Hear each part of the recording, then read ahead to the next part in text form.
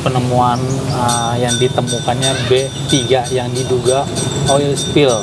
Betul. Kemarin oleh artinya DLHK juga bahkan sudah ke sana tim. Tanggapan dari aktivis sendiri menyikapi limbah B3 penemuan ini seperti apa?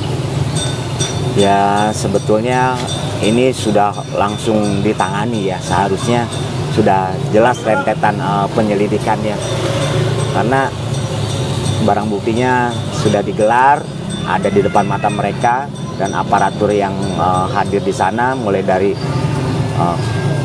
kecamatan yang kalau saya lihat itu ada Kapolsek, juga petugas dari DLHK sendiri hadir, PPLH juga hadir di sana. Jadi ini sudah memenuhi unsur penyelidikan sebetulnya. Dan ini kejahatan lingkungan yang luar biasa yang mulai terjadi kembali di negeri ini. Hanya kadang saya berpikirnya jadi lain ya, karena ini berdampingan dengan proyek jalan, dan ini pasti penggunaannya anggaran daerah gitu. Jadi something wrong gitu, ada apa gitu, bisa berdekatan dengan jalan. Bahkan kita juga belum melihatnya yang di bawah betonisasi itu, apakah sebelumnya sudah diaduk dengan oil spill itu yang diduga dari pencemaran yang di pesisir utara karena bocornya pipa ONWJ yang di sana. Ini sebagai aktivis, Anda mungkin akan ikut ini nggak? Ikut menyelidiki atau bagaimana, ingin membantu ini terkait? Pasti, karena ini kalau tadi banyak saya mendengar rekaman tentang mereka mendampingi aparatur yang ada, contohnya dari pernyataan dari pihak kepolisian, Kapolsek setempat. Kalau saya mendampingi ini tentang alam, tentang lingkungan ini. Tentang lingkungannya, ya. Dampaknya juga ya? Dampaknya karena ini bahaya, bukti nyata hasil dari investigasi teman-teman yang di lapangan pun, karena oil spill ini pohon-pohon yang di sekitar pesisir pantai juga mati.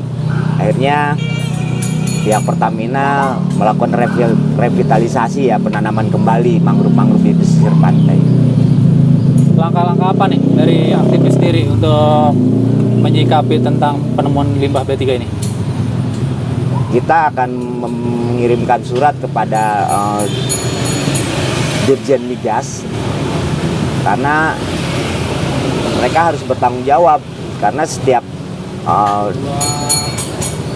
mereka menggunakan jasa pengangkutan itu, dia wajib mengetahui limbahnya diolah sampai seperti apa gitu. Itu kewajiban mereka, harus mengetahui seperti itu. Kalau jika ada kelalaian, justru Pertamina sendiri yang harus memberikan gugatan kepada pihak pengelola atau jasa pengangkutan atau pengolah limbah itu sendiri.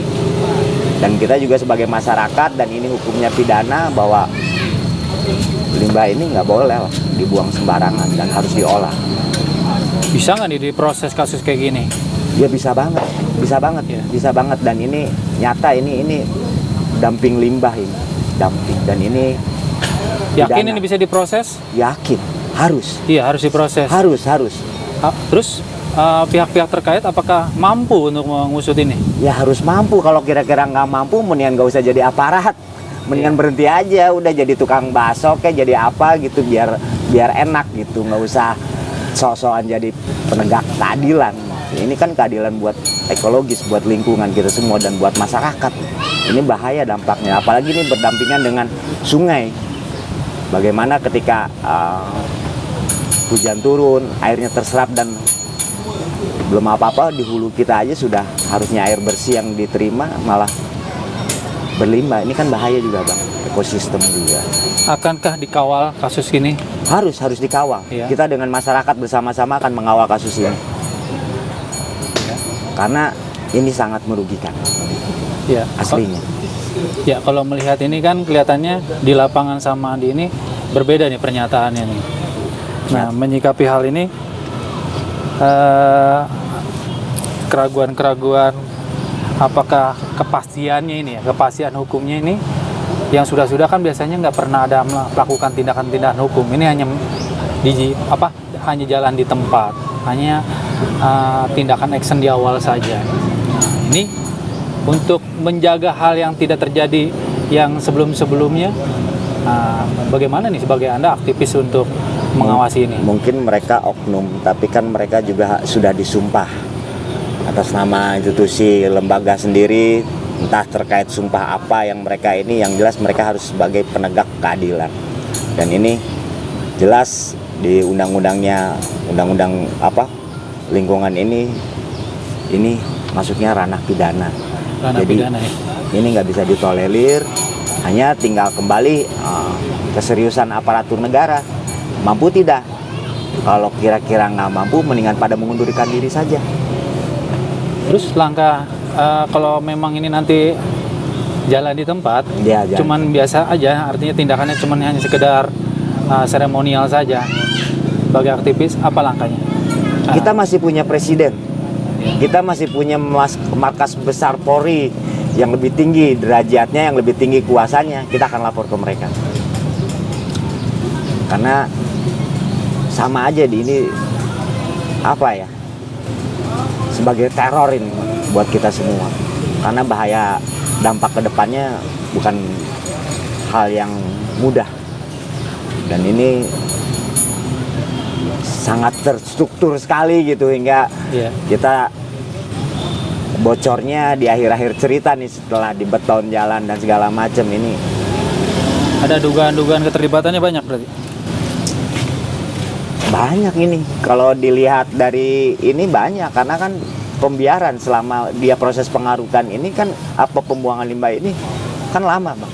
Lama sekali prosesnya. Tidak ada satupun misalnya masyarakat di sana yang melaporkan, bahkan aparatur kan pasti tahu dong aktivitas semua yang ada di wilayahnya masing-masing, wilayah hukumnya masing-masing. Satu pertanyaan terakhir.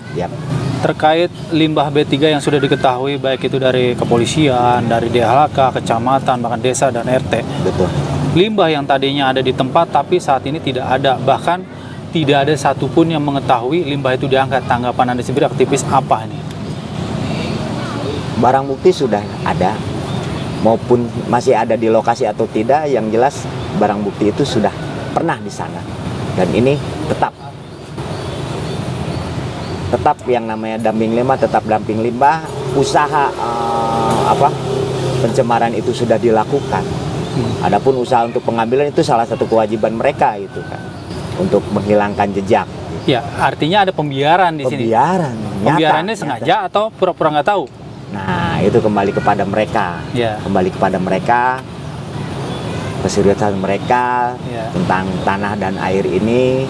Jangan sampai mereka jadi orang-orang yang ingkar terhadap alam, karena harusnya kan di Polisland dan mereka dijadikan bahan penyelidikan. Harusnya seperti itu. Mereka sudah tahulah protapnya, nggak usah kita yang ngajarin ya. Ketika ada, wah ini ranah pidana, pasti di Polisland. Dan ini nggak dilakukan, saya nggak tahu. Ini lalai atau sengaja menurut aktivis sendiri? Atau ada kesengajaan pembiaran? Bisa kesengajaan atau tidak saya tidak tahu. Yang jelas mereka tidak menjalankan protap. Karena ketika ada kasus pidana seperti ini, mereka harus segera mempolisland. Harusnya ya? Gitu. Harus protap. Nah, soal kelalaian kan pribadi, soal yang lainnya pribadi, tapi ini adalah protapnya ketika ada seperti ini harus segera dipolisland. Ini sudah jelas-jelas loh. B3-nya sangat banyak dan berbahaya, numpuk lagi kan. Betul. Bahkan kalau situ bisa beberapa truk untuk mengangkat limbah tersebut. Dan butuh waktu. Tapi bisa sampai ya berhari-hari. Bisa sampai ini kecolongan untuk diangkat. Dibilang kecolongan nggak mungkin, atau mungkin seperti apa? Jadi kesimpulannya seperti apa nih untuk? Ya ini kecerobohan. Semuanya tidak mengerti bahwa bahayanya limbah B3. Kadang pengetahuan tentang bahaya limbah ini tidak banyak orang mengerti. Tapi di sini bisnis pengangkutan ini juga kan biayanya lumayan harganya lumayan tinggi. Jadi paham lah ya, nggak usah dijelasin lah ya tentang itu, nanti berbeda lah. Yang jelas mereka harus segera melakukan tindakan sesuai dengan kewenangannya masing-masing untuk segera diadili. Segera. Selangkah terakhir buat aktivis sendiri, dari Akang sendiri, kapan rencana mau untuk turun juga ke lapangan? Saya sudah sebenarnya melalui teman-teman yang di selatan, karena kemarin masih ada kegiatan, sudah melaporkan mereka temuan-temuan yang ada di lapangan. Walaupun kesininya udah telat karena udah ada pengangkutan, bukti foto dan segalanya sudah ada di kami. Dan aparat pun juga sudah jelas masuk ke sana. Saya sudah konfirmasi juga, mereka sudah betul. Bahkan sudah ada pemanggilan, hanya camat Tegalwaru saja camat Tegalwaru saja yang hadir ke sana.